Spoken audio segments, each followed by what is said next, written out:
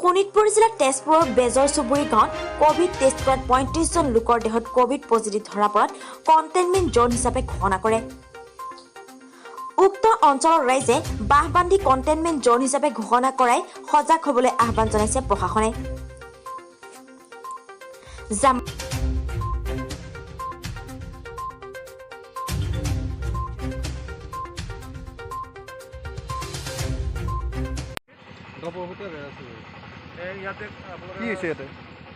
ইয়াত আপোনাৰ কোভিড চলি আছে পুৰা।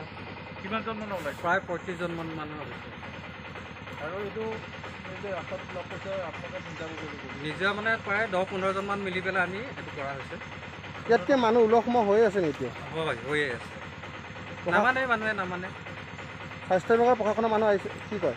স্বাস্থ্য বিভাগৰ প্ৰশাসনৰ মানুহ আহি পেলাই ইয়াত মানে আমাৰ বেজি-চেজি দি গৈছে, কিন্তু এইটো বস্তু কৰা নাছিলে তেখেতসকলে, কাৰণ সেইখিনি কৰা জামুগুৰি হাটৰ পৰা চন্দন শৰ্মাৰ ৰিপৰ্ট, এ লাইভ নিউজ।